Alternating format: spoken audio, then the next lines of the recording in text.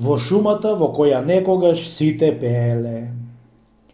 Од градот Негобило до шумата во која некогаш сите пееле, патот е долг, дори предолг. Ако чекориш полека, нема да стасаш никогаш. А ако трчаш, ќе се замориш и пак нема да стасаш. Еве како порано почнувал денот во шумата во која некогаш сите пееле.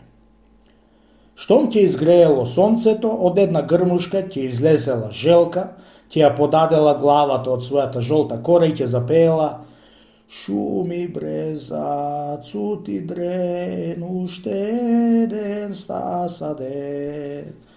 Ако се говори вистина, желката била добра, но не многу умна.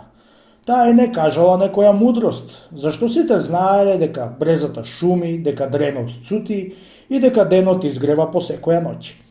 Но никој не и се смеел. Само што веднаш ќе запеел јежот, исто така, ништо ново не ќе кажал.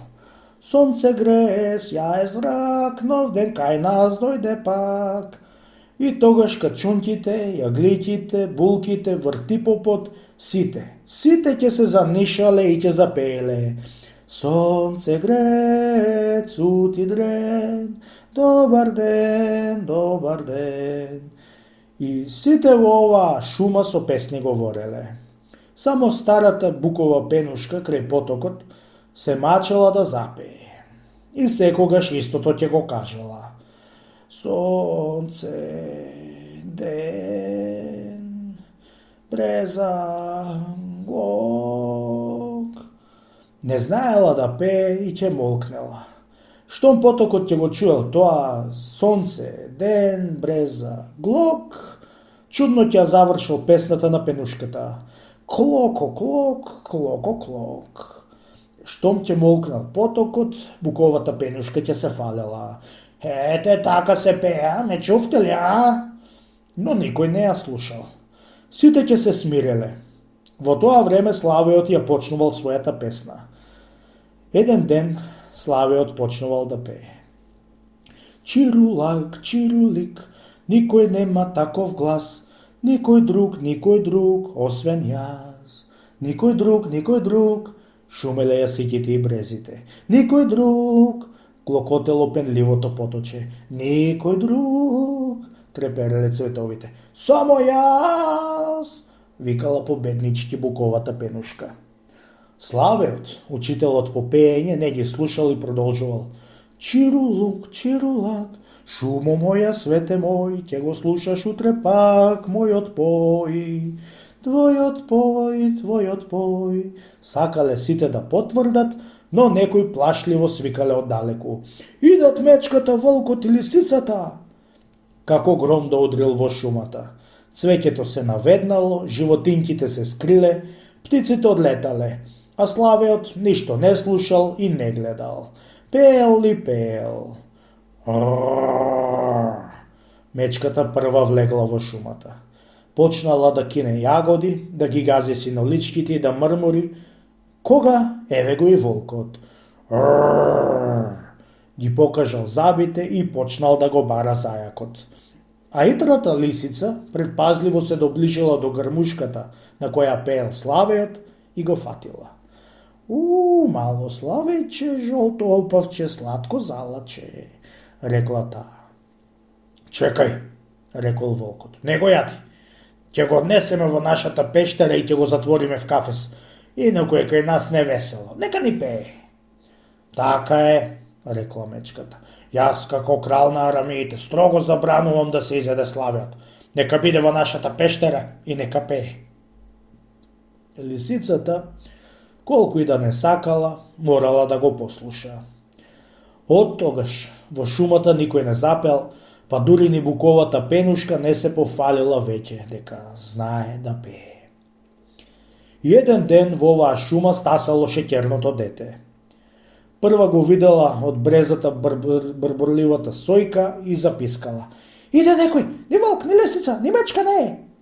Еленчето што ги одгледувало жолтите очи во прозирниот извор, ја дигнало главата и прашало: да не е дива свиња или рис? Не, пиштала сојката. Бело е, оди на две нозе, има нешто црно на главата.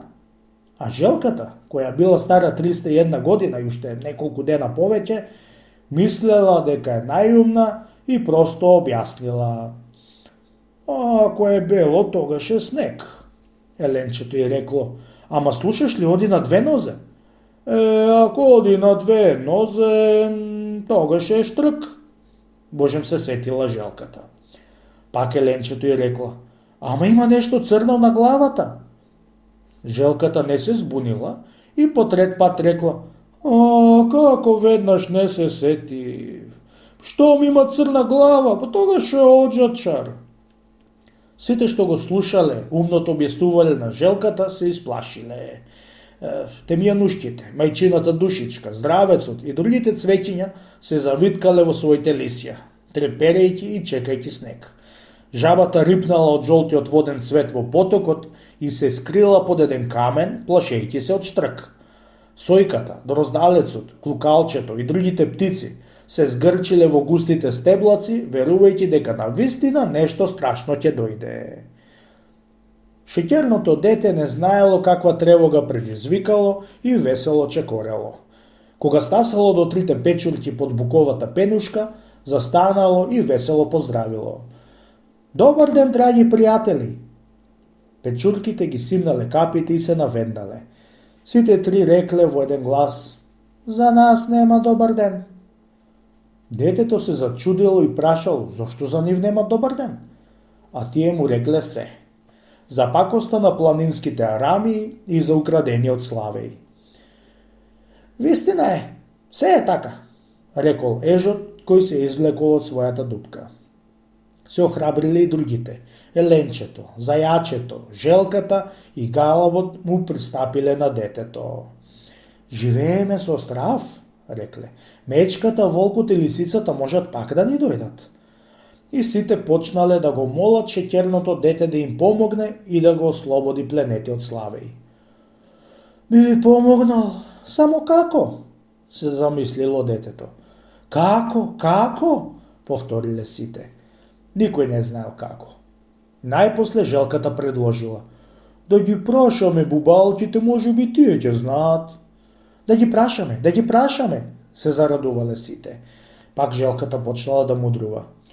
Еве, ако сака момчево да ме јавне, јас ќе го однесам до земјата на бубалките за еден миг.